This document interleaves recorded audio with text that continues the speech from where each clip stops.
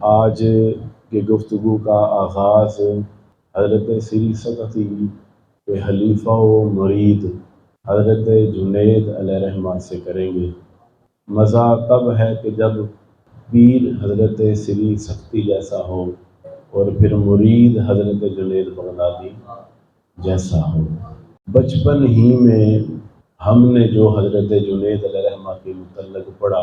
جو بیان کیا جاتا ہے وہ کچھ اور ہے، مگر حقیقت یہ ہے کہ حضرت جنید علیہ رحمہ بچپن ہی سے معرفت الہی رکھنے والا دل رکھتے تھے، کیونکہ ایک موقع پر حضرت سری سقطی کو وجد کے متعلق جب انہوں نے قرآن کی آیت سے کچھ چیزیں ثابت کر کے دکھائیں تو آپ حیران رہ گئے۔ آپ کے ماموں بھی تھے اور شیخ بھی، تو حیران رہ گئے کہ بچپن میں اس بچے کا یہ حال ہے تو یہ آگے جا کے کس قدر علم و عرفان کے خزانے اکٹھے کرے گا۔ اور پھر لوگوں نے دیکھا کہ حضرت جنید علیہ رحمہ جو کلام کرتے تھے وہ ظاہر کرتا تھا کہ آپ اپنے دامن میں علم لدنی کا خزانہ محفوظ رکھتے ہیں، اور اس لیے آپ نے کہا کہ زمین پر جو بھی علم اترتا ہے اس میں اللہ نے جنید کا حصہ ضرور رکھا۔ تو آپ نے فرمایا کہ محبت کے متعلق کلام تھا کہ وہ فرماتے ہیں کہ مومن کے لیے دنیا سے آخرت تک کا سفر آسان اور ہلکا ہے۔ مومن کے لیے دنیا سے آخرت کا سفر آسان اور ہلکا ہے۔ یہ آپ اپنے دور میں بات کر رہے ہیں جب مومنوں کی یہ شان تھی کہ ان کی جبینیں چمکتی تھی سجدوں کے ساتھ، ان کی یہ شان تھی کہ ان کے رخساروں پر نمایاں آثار ہوتے تھے آنسوؤں کے گرنے کی کثرت کی وجہ سے،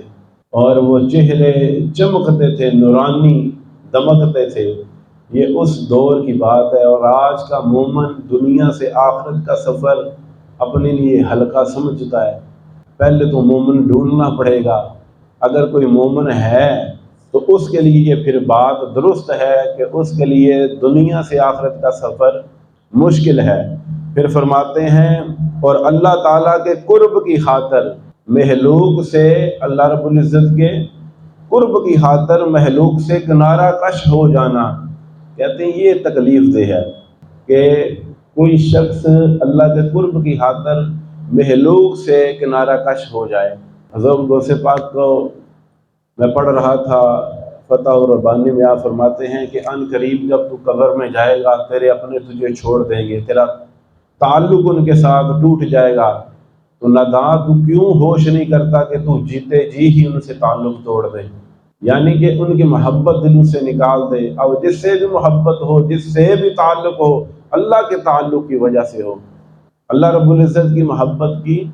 وجہ سے ہو۔ مگر ہمارا معیار کیا ہے؟ ہمیں کوئی بندہ اچھا لگے ہم اسی کو اچھا سمجھیں گے، ہاں وہ بے نمازی ہے، ہاں وہ ہر طرح کی بد عملی اس میں پائی جاتی ہے، مگر وہ آپ کے ساتھ اچھا ہے اور آپ کو اس نے کبھی اذیت نہیں دی۔ وہ چاہے اعلانیہ اپنا عقیدہ ظاہر کرتا ہو کہ جس کے اندر بغض صحابہ پایا جائے، بغض اہل بیت طہار پایا جائے، انبیاء کی بے ادبی پائی جائے، مگر آپ کے ساتھ وہ نیکی کرنے والا ہو، کبھی 150 لگا دے، آپ کو مشکل وقت میں ہزاروں کا تعاون کر دے، تو آپ کو وہ بندہ اچھا اور بھلا ہی محسوس ہوگا، حالانکہ وہ رب کی بارگاہ سے دتکار دیا گیا ہوا شخص ہے، مگر آپ کا ذہن اس بات کو تسلیم نہیں کرتا، کیونکہ وہ آپ کے ساتھ ہمدردی کرتا ہے۔ اللہ کے ہاں معیار یہ نہیں، اللہ کے ہاں معیار یہ ہے کہ جو اس کی محبت کی خاطر لوگوں سے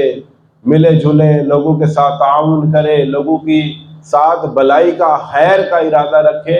اس کا ارادہ قبول اور مقبول ہوگا۔ یہ فرمایا کہ اللہ تعالیٰ کے قرب کی خاطر مخلوق سے کنارہ کش ہو جانا یہ تکلیف دہ ہے۔ پھر فرمایا کہ تیسرا درجہ یہ ہے اور نفس سے اللہ تعالیٰ کی طرف سفر کرنا، نفس سے اللہ تعالیٰ کی طرف سفر کرنا یہ اذیت ناک ہے، یہ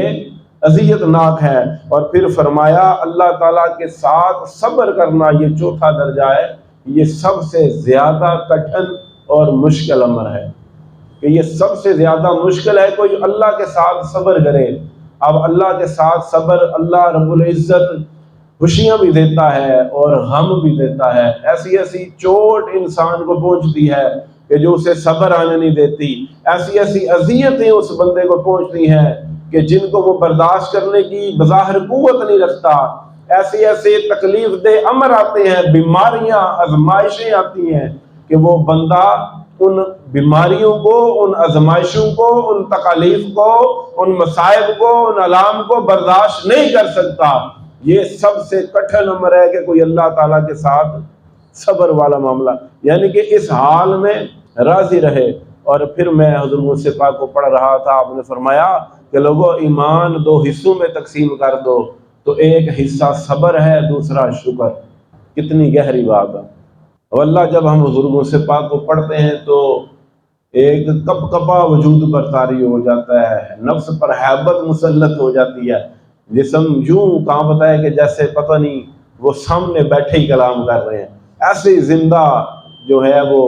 تصنیفات ہیں آپ کی، اور ایسا زندہ کلام ہے آپ کا، براہ راست دلوں سے گفتگو کرتا ہے اور دل کی کیفیات کے ساتھ وہ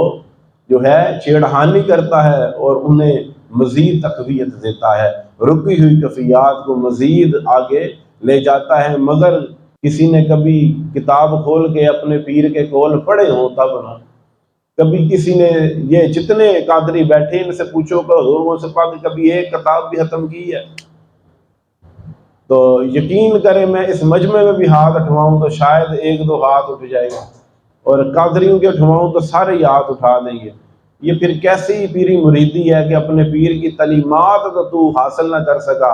اور دعویٰ محبت یہ ہے کہ ہمارا پیر ہمیں پکڑ کے جنت میں پہنچا دے گا۔ اینج نہیں، اینج نہیں، یہاں پر جو ہے وہ کھال ادھیڑی جاتی ہے، چمڑی ادھیڑی جاتی ہے، یہاں وہ جو جتنا اس کے قریب مقبول ہوگا، جو جتنا اس کے نزدیک مقبول ہوگا، اس کے ساتھ گرفت والا معاملہ بھی اسی قدر ہو جائے گا، اسی قدر ہو جائے گا۔